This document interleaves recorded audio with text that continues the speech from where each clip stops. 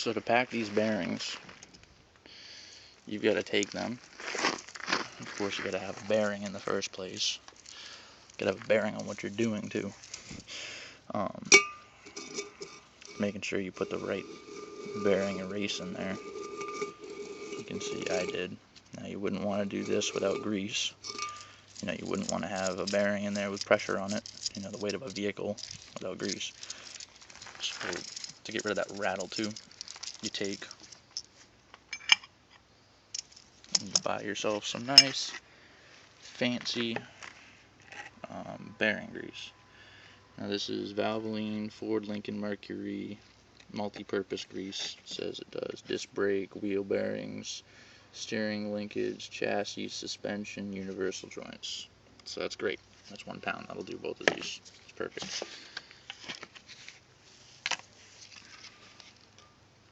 Come with these fancy tops now.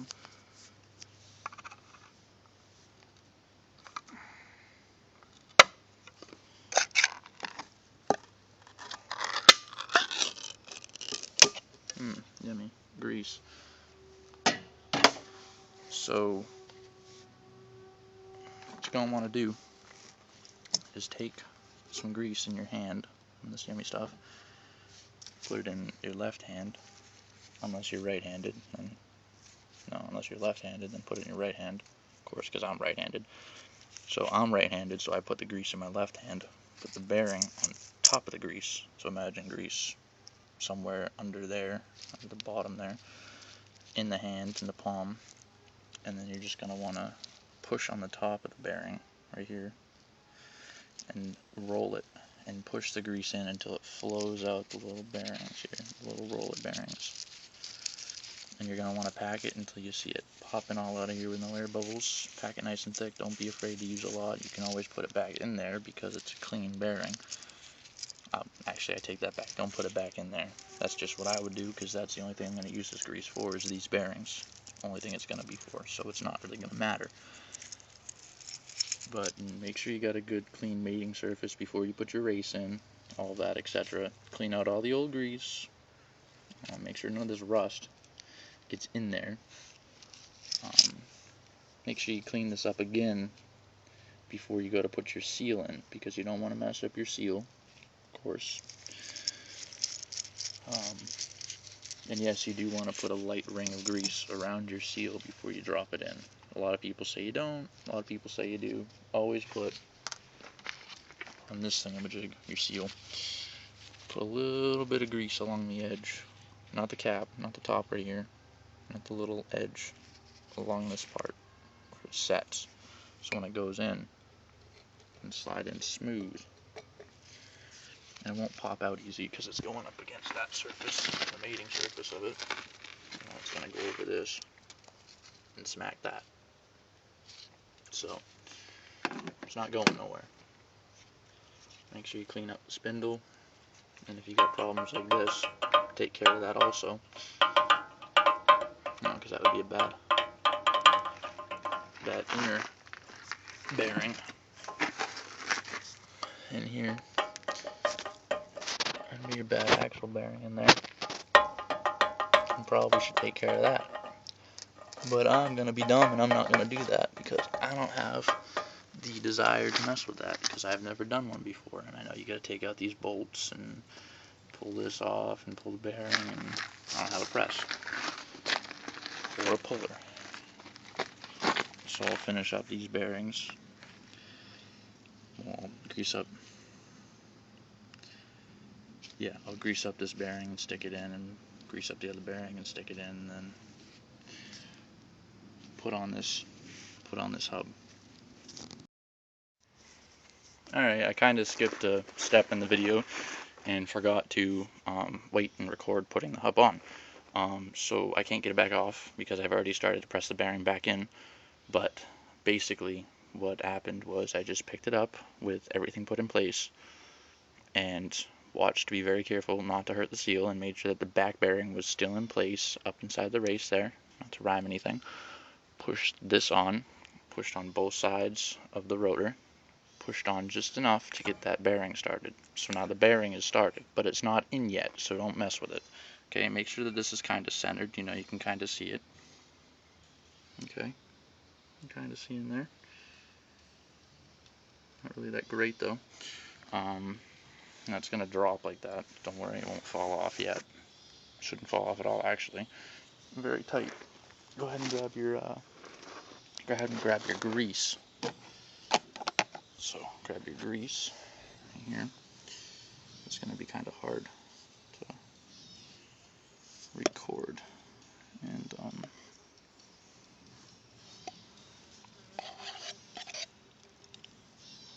record and do at the same time, but I'll figure it out.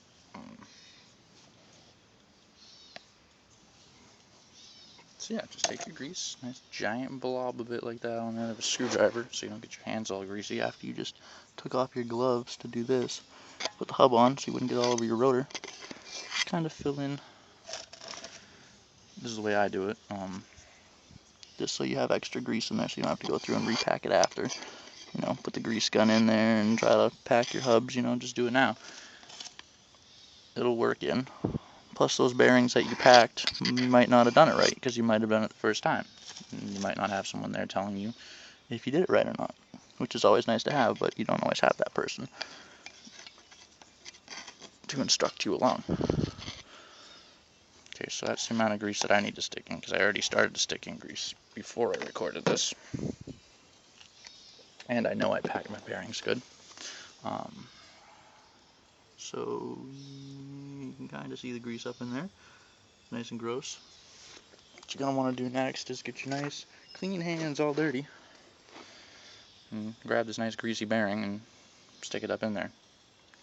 And you're going to want to push it until it's on the race and you'll find it. So keep recording while I do this, you won't be able to see.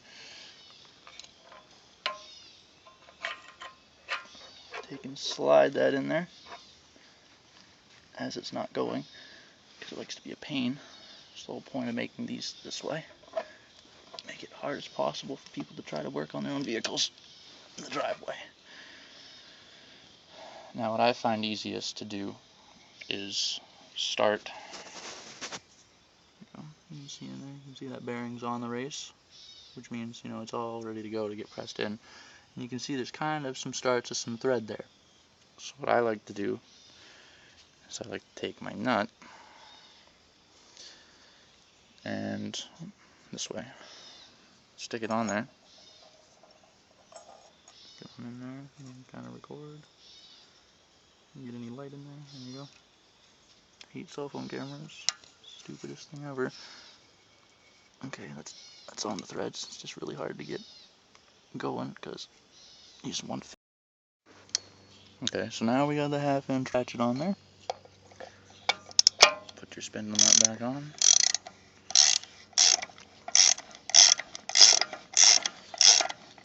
Start tightening it down. And start to feel it get a little tighter, a little bit more tight, a little bit more tight. Just keep going. And watch the rotor now get closer, closer, and closer, and closer as it's seating the bearing.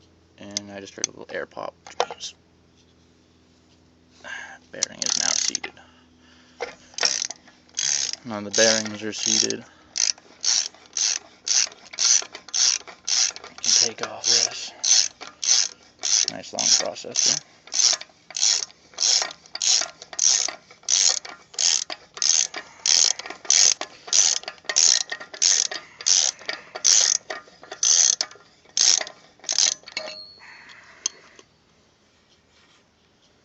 Don't be afraid to get your hands dirty. You already got them dirty. This is always a pain to pull off there. Unless you do one side at a time. Then it slides right off because it's tipped. Especially if you can lower the side with a jack. They always come out easier. Or if you got a screwdriver. Or just some brains, I guess. There we go. Alright, so now you can see the bearing is seated in there. As soon as the light adjusts again. Okay, you see that? Nice and smooth rotating bearings. Perfect. Make sure, of course, you clean your rotors after to be safe, because you're gonna have grease on there. It's really hard not to. Get some brake cleaner and some paper towels and clean it up. Okay, so now starts the reverse process. You take all these parts that you took out and you put them back in. It's not that hard. Okay, so let's start with a little bit more grease. Maybe we won't actually. It looks pretty greasy in there now. Sometimes the grease just kind of runs off. So now we start with our inner lock nut, which is great. Just nut. Inner lock nut goes in there, and you'll know why there's an inner lock nut, because it's got a little tab right there. Can't really see it because I just put it in there, dang it. I've never seen this on anything else besides this truck, so it's obviously a 70s thing. It's got an inner and an outer lock nut, and it's got a little bump there to match up the mesh washer in between the two lock nuts. And this lock nut's gonna give me crap because it doesn't want to go on straight. Come on.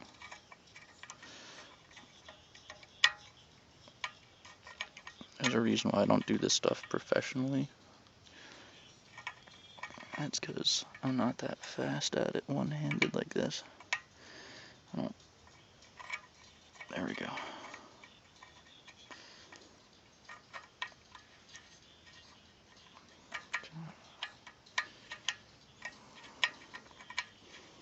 Anyone ever notice how everything goes great until you pick up a camera? There we go. That started right in there. So this one goes all the way back, okay? And it goes, this is what I got for comments on how to do this on a website, actually on Facebook, on the forums. Crank it down tight. Okay, so the reason you want to get it super tight is to get it to the tightest point possible to where it'll hold great, because you're gonna have to back it off just a little bit until you find this little notch on your threaded portion in here. Not the actual shaft, but the threaded portion where your bearings go over. So you're gonna want to take and loosen your nut until you can get to that, but you're gonna want to make sure it's the tightest it could have been, just to make sure that it. And mine is the tightest it could have been, I guess.